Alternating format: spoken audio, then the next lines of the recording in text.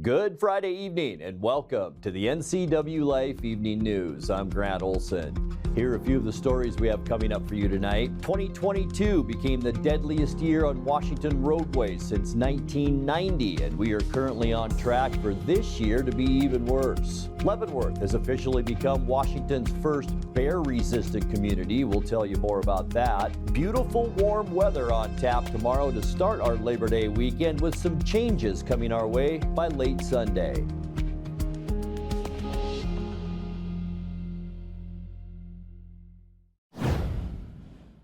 A long-pending Douglas County murder trial remained on hold this week, with the suspect's lawyer saying he's taking the case to the U.S. Supreme Court. Yulei Tuilele has been in jail since 2018 when he was arrested in the death of his wife Peggy in the Rock Island trailer home they shared. Defense attorney Richard Gilliland argued Douglas County Sheriff's deputies illegally entered the trailer to gather evidence in the case. But back in June, the Washington Supreme Court ruled the search was lawful. Tuilelo's case came back to Douglas County Court, but on Thursday, Gilliland said he's asking the nation's highest judicial panel to review the constitutionality of the case. Judge Brian Huber will hold a status hearing later this month to see where the appeal stands. A Moses Lake manufacturing company that works with dangerous chemicals has been fined nearly $480,000 for safety violations. The Washington State Department of Labor and Industries cited and fined Two Rivers Terminal in July for 7 willful serious violations, 7 serious violations, and 4 general violations. During a January investigation, L&I found that a worker not wearing respiratory or fall protection suffered serious injuries after he became incapacitated while working on top of a rail car and fell to the ground after being exposed to hydrogen sulfide, a toxic gas. The worker had a full beard that would not allow proper seal of a respirator, and personal hydrogen sulfide and sulfur dioxide monitors were not issued to employees until the day after that fall. Two Rivers was previously cited for more than 60 violations found following an October 2022 inspection, and L&I says 6 of the recent willful violations are hazards not fixed from the 2022 citations. 2022 became the deadliest year on Washington roadways since 1990 after accumulating 750 collision fatalities. As of the end of this July, there's been 417 lives lost in comparison to the 413 recorded this time last year, meaning that we are currently on track to surpass the record for the most collision fatalities in a year. However, while there have been more lives lost so far this year in comparison to last, there have been fewer collisions. This date is causing the Washington State Patrol and WTSC to remind drivers as well as passengers to avoid the fatal 4: distraction, speeding, impairment, and not wearing a seatbelt. 75% of the lives lost on Washington roadways last year involved one or more of these fatal 4 elements. WSP and WTSC urge everyone to exercise caution and safety, with WTSC Director Shelley Baldwin saying, quote, "The power to save lives is in the hands of every driver on our roads." For more information on road safety, visit WTSC's website.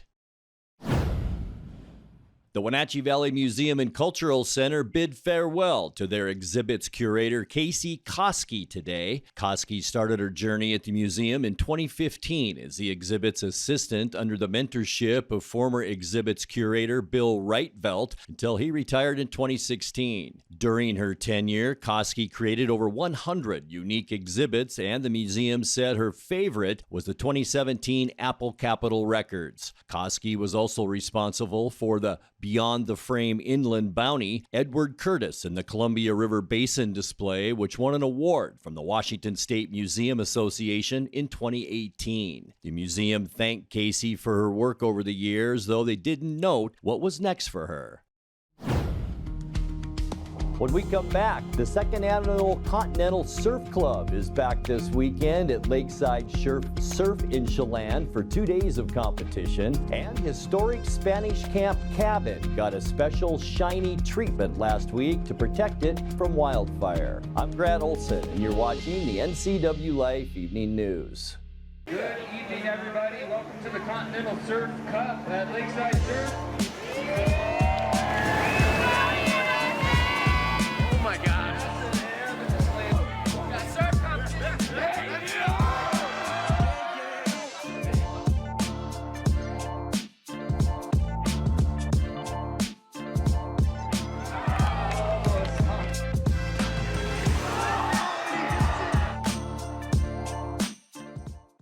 Pybus Public Market is on the move to make parking, dining, shopping, and events an even better experience for our community. Check out the progress that has already been made towards the revitalization.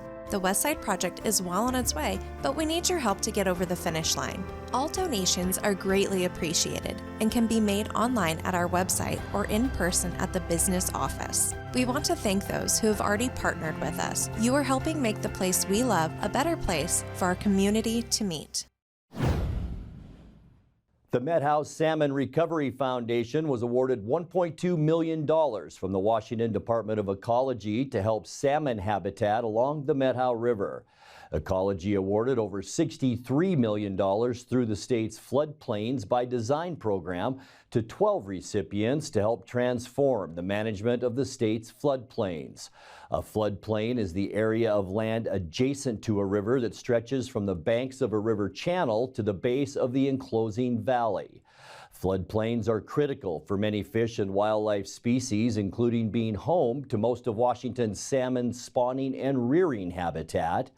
The foundation will use their funding to restore floodplain capacity and connectivity, provide for river channel migration, and improve riparian conditions to help create 1.5 miles of salmon habitat along the Methow River.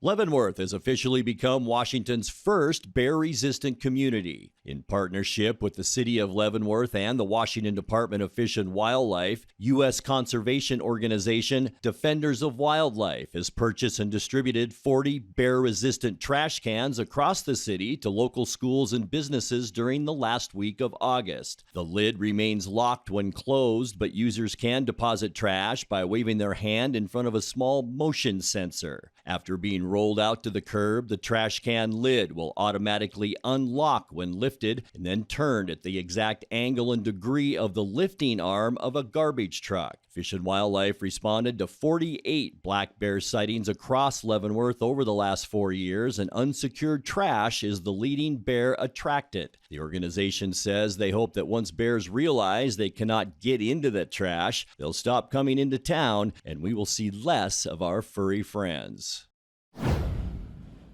If you're looking for some Labor Day fun, you'll find it in Lake Chelan. The second annual Continental Surf Cup is back this weekend at Lakeside Surf for 2 days of competition. Surfers from Team USA and Team Europe will battle in both team and individual events on the massive City Wave stationary pool. Team Europe won last year, and Team USA will bring back both men and women finalists and runners-up from last year. Lakeside Surf is located next to Slidewaters Water Park, and it's a free event that will begin on Saturday at 3 p.m. and 12:15 p.m. coming up on Sunday. Spanish Camp Cabin got a special shiny treatment last week to protect it from wildfire. 3 forest technicians from the Methow Valley Ranger District Recreation Program utilized horses and pack mules to transport structural protection fire wrap to the cabin. Wildfire from the Crater Creek fire in Canada is burning into the Pasayten Wilderness, which is where Spanish Camp Cabin is located. Completely wrapped in 2 days, the structure is now protected from any embers or flames it may come in contact with. The historical cabin was built in 1943 for the U.S. Forest Service.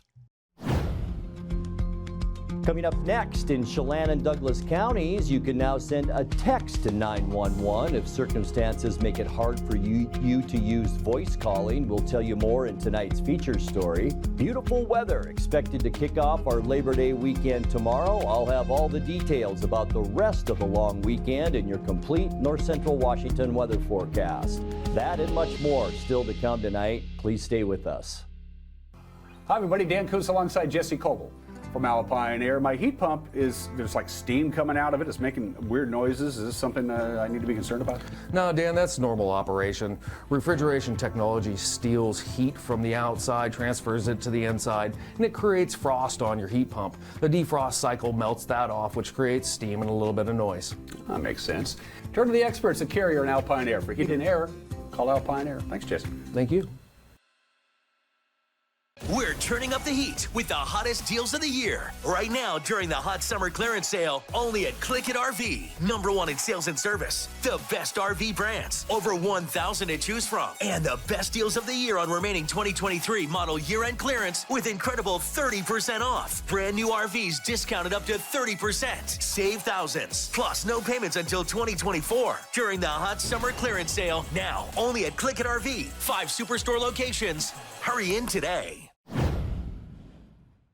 In Chelan and Douglas counties, you can now send a text to 911 if circumstances make it hard for you to use voice calling. Emergency dispatch centers across Washington have been implementing the new standard throughout the summer, and on Monday, August 28th, the service went live through Rivercom, the dispatch agency that serves the Wenatchee Valley.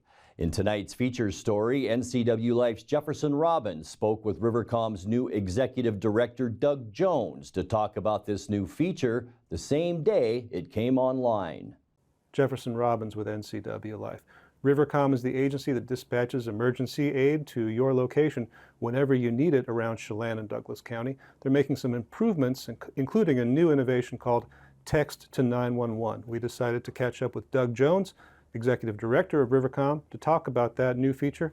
Doug, thanks for being here today. It's a pleasure. Thanks for having me, and thanks for visiting us in our facility here. Can you explain a little bit for our viewers about Text to 911, what it allows callers to do now that they couldn't do before? Sure. Well, of course, you could always dial 911, and 911 will get you in communication with our wonderful telecommunicators who will direct you to, or direct services to you as needed. What changes today is if you're in a situation where you can't call 911, you're now able to use your text on your phone through your carrier to get a hold of us. So basically, the circumstances where you might want to do that is if, for example, if you're hiking. A lot of times you're in remote areas where you don't have really good service and where it might be difficult to connect with a voice line. Sometimes the texting will work. So that's one scenario where it might work.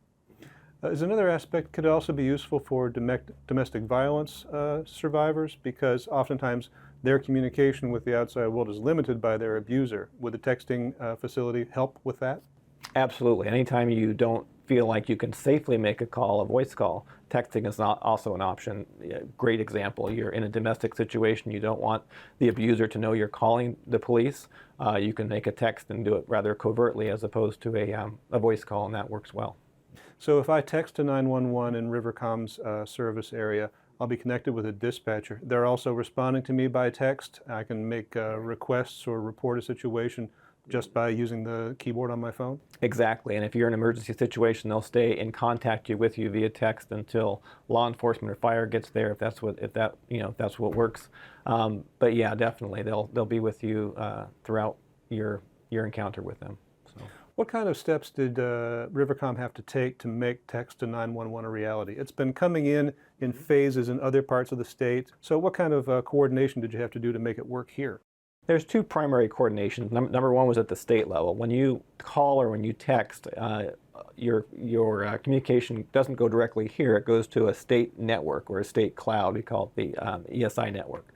And then it's directed from there. So we had to align the state requirements with our individual phone carrier or phone company that deals with all of our 911 and our business line phone issues. So we had to align those two, and also you have GIS that comes into play. We have a very extensive and complex GIS systems, so that when that call comes in, or that text in this circumstance, it's directed to the right location, which is here, and then it also plots. So it goes, all the information that comes from your phone is directed to us, and it also, in addition to allowing you to communicate with the telecommunicator or the dispatcher, we actually see where you're at as well. So the location information is vital for people to be able to respond to your scene. Exactly. Wherever you're texting from. Exactly. We will always ask where you are, your address or things like that, just to verify things like that. But if for whatever reason you aren't able to do that, we can get law enforcement or fire or EMS pretty close to your location based on that plotting. Now, in the last year, at least 2 times I've managed to accidentally call 911 from my cell phone when it was in a back pocket or something like that. Right. Are there any risks associated with text to 911 where you just get a misdirected text and your people are tied up for a little while trying to figure out if this is a legitimate message or something else? That's certainly a potential. We always look at, we always ask people to stay on the line if they accidentally make a 911 call. And the same with the text. If you accidentally make a text, make sure you respond if you get a text back from us saying, oh, that was a mistake. Not going to get in trouble. It happens to all of us. It happens to me. And so, the faster that we can remedy that and know that it's not an actual emergency, the faster we can get back to answering the real 911 calls. So, you don't get in trouble. You just stay on the line with us. Let us know it was a mistake, and we'll get through that. Are there any special steps that someone texting to 911 has to take to make that connection, or do we just go 911? Text and go? Exactly. Put 911 in the field where you typically put a contact or a phone number, and then it goes. And it really, again, it's pretty much statewide now. So wherever you are statewide, if you do that, as long as you have cell phone coverage, it will be directed to the dispatch center or that services your location. So. To your knowledge, Doug, has since this came online, I'm assuming it happened around midnight last night, have you received much in the way of 911 texts here at Rivercom? We actually had it live a week ago when we were testing it, and we actually did have a text come in from a hiker who was in remote areas like we talked about, and we were able to get help to that hiker. So it has worked already, even before we went live with it. When we had it on, basically we had it turned on for our testing and for our training for our telecommunicators. So that was a good live test, I guess you would just say that it worked, and it gave location and everything it was supposed to. I guess that hiker was lucky about the circumstances. They might have gotten no answer at all otherwise. Right, very fortunate. Right. Doug, Rivercom is growing in other ways too, Doug. There's a growing pain experience you're having right now. Your board has been searching actively for a new place to locate your headquarters.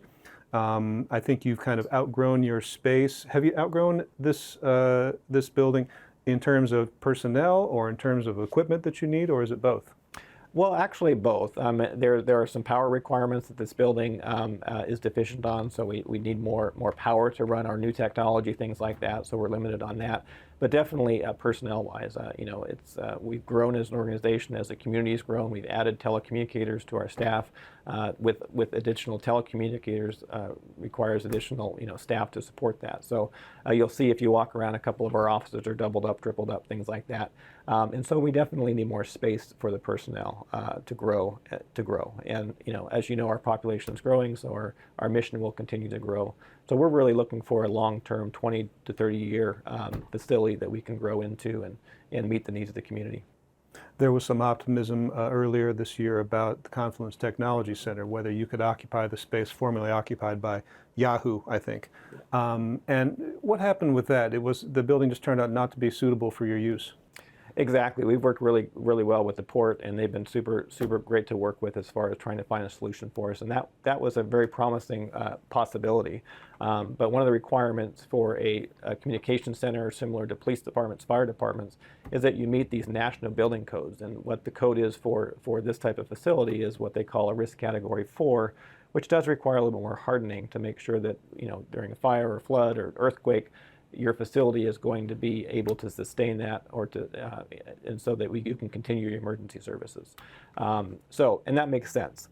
So we did an analysis of that building. We hired a company to go out and do a structural analysis of that building, and it was determined that it didn't meet that standard. So a little bit disappointing. We talked about what it would take to retrofit that.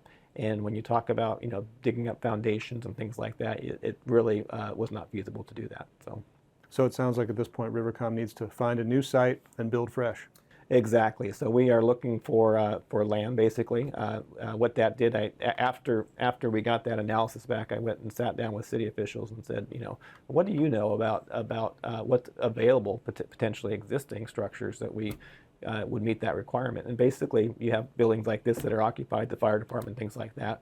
There's really no existing structure that we can see that will meet our needs. So we do have to find land and build a structure. Time now for a check of your North Central Washington weather forecast. Hope you had a great Friday. I'll tell you, no complaints weather-wise. Look at this great shot from this afternoon up at beautiful Lake Chelan, and they're just fantastic blue water up that way. Blue skies to go along with it. Not too hot today, about like we should see for this time of year. Just a great way to end this work week. And I'll tell you what, we have a nice day ahead for Saturday, too. It's going to be mostly sunny, high temperatures, I think, on the upper end of those 80s for us here in the Wenatchee Valley. And then as we get into Sunday, things are going to change a little bit. We'll see increasing clouds and about a 20 to 40% chance for a shower, maybe even a brief thunderstorm late Sunday into Sunday night. And then for Monday, I think we'll stay dry for our Labor Day, but we will see some breezy conditions and a little cooler temperatures. More on that coming up in a bit. 81 our high temperature today. That's unofficially our high. 1 degree below where we should be for this time of year at 82. Boy, it was a hot one back in 1987. 101 our record high. Pretty mild this morning for us as we left and headed out the doorway. 61 our overnight low. 57 is normal for this time of year. And 44 our record low set back in 1999. We did pick up just a trace of precipitation this morning. You can almost count the raindrops on your windshield out there. So we stayed at 3.61 inches for the year, and that's still about 1.21 inches below where we should be. Our sunrise this morning was at 6:20 and sets tonight at 7:41. All right, taking a look at your Saturday temperatures, I talked about how nice it's going to be. Look at this, mid-80s, Moses Lake and Ephrata, 87 the high temperature in Quincy tomorrow. 88 for Wenatchee and Eniat, Chelan and Omak, even warmer than that, 89 Chelan, 90 in Omak. And what a beautiful day to head up to beautiful Leavenworth with a high temperature there tomorrow of 86 degrees. Tonight, we can expect mostly clear skies. It will be mild out there. We'll see low temperatures overnight tonight into those low 60s. Boy, not many clouds around at all. So it should be a nice one overnight. For Saturday, this is our best day of the entire 7-day forecast. Sunny and warmer, hardly a cloud in the sky tomorrow. All of eastern Washington, beautiful. Temperatures in the upper 80s. In the middle of our long weekend, then on Sunday, I think it'll be nice in the morning into early afternoon, then some breezy conditions in the afternoon, increasing clouds. We will see some isolated showers developing, and boy, they'll be scattered all over the state on Sunday. High temperatures still about normal into the low 80s for Sunday, and by your Labor Day, we're going to stay with some breezy conditions right here in north central and central Washington. But it won't be bad. High temperatures in the upper 70s. We will stay dry on Monday, so that's good news if you do have outdoor plans. Getting you into Tuesday then as we head back to work after the long weekend. Mostly sunny for the central and eastern part of the state. We'll see mild temperatures on Tuesday with highs in those upper 70s. A really nice day. Wednesday, more of the same. High pressure out in the Pacific will continue to dominate our weather, bringing us sunny skies, temperatures in the upper 70s. And really no change at all. Our high moves up to the north just a little bit. That'll keep our skies clear. Just a nice day for Thursday with highs again in the upper 70s. All right, taking a look now at your 7-day forecast. 62 overnight tonight. Mostly sunny, beautiful for Saturday at 88. About a 20% chance for showers then on Sunday. That'll be late in the day and 81. A little breezy for your Labor Day Monday. Mostly sunny though with a high of 78. And then all kinds of sunshine and very comfortable temperatures Tuesday through Thursday. High temperatures through that period in the upper 70s. As the sun sets on another hot summer, let the experts at Blue Lagoon Pool and Spa winterize and close your pool. Closing your swimming pool is the most important service to get right. Letting the professionals from Blue Lagoon Pool and Spa close your pool will ensure that you won't cost yourself thousands of dollars in damage next year. Want to save a little money? Consider dropping the water level yourself and save. Don't wait. Blue Lagoon's pool closing schedule is filling up quickly. Call today. Family roles change with time. You may find yourself being an unpaid caregiver to a loved one. Caregiving can be rewarding, but also stressful. Taking care of yourself is vital. Aging and Adult Care of Central Washington has low or no cost services for unpaid caregivers, such as in-home support, care supplies, and counseling. Connect in your local area by calling Aging and Adult Care at 800-572-4459 and mention you're interested in caregiver support. Well, thanks to an assist from the New York Mets, the Mariners and the Astros are tied atop the American League West. But beginning tonight, the Mets are going to try to spoil the Mariners' division title hopes instead of helping them out. The Mariners look to remain red hot tonight. They visit the Mets, the opener of a 3-game interleague series.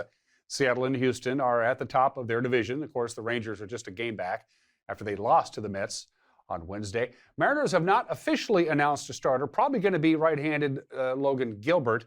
He's expected to pitch on 5 days rest. We know the Mets are going to go with Kodai Senga. He is slated to start for New York. The game is only available to watch on Apple TV+. The Mariners have gone 13-2 since August 14th. That is the best record in the majors since August 14th. Of course, they won 21 games in the month of August, the first ever calendar month that the Mariners have won 21 games. They've won 20 games in a month 4 times, but never 21 until the month that just passed. It is the Mets and the Mariners tonight on Apple Plus TV. Very little action in baseball yesterday. In fact, none of the teams in the American League West even played yesterday, so the standings remain the same. Mariners and Astros are tied. The Rangers are a half game back. They'll be hosting the Twins tonight, by the way. The Astros welcome the Yankees for a weekend series, and the Angels are at Oakland for those of you who care. All right, the wild card heading into the last month of the season. Tampa Bay, Houston, and Texas still have the top 3 wild card slots, with the Blue Jays, the Red Sox, and the Yankees trailing. New York dropped a 4-3 decision to the Tigers in extra innings. So they are now 10.5 games back of the 3rd and final wild card spot. One quick score to pass along in college football. You see, Central took on Weber State in Utah yesterday. Weber State scoring 3 touchdowns in the 3rd quarter, and they pulled away and beat Central Washington last night 35-10. Huskies get their season going tomorrow at Husky Stadium. They'll host Boise State.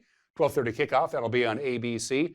ESPN Plus is where you want to go if you want to watch Eastern take on North Dakota State. That's also a 12:30 kickoff. And you got to have CBS Sports Network to watch the Cougars at Colorado State tomorrow afternoon at 4 o'clock. High school football. Your schedule is they're now in full swing. Cashmere takes the long bus ride to Newport.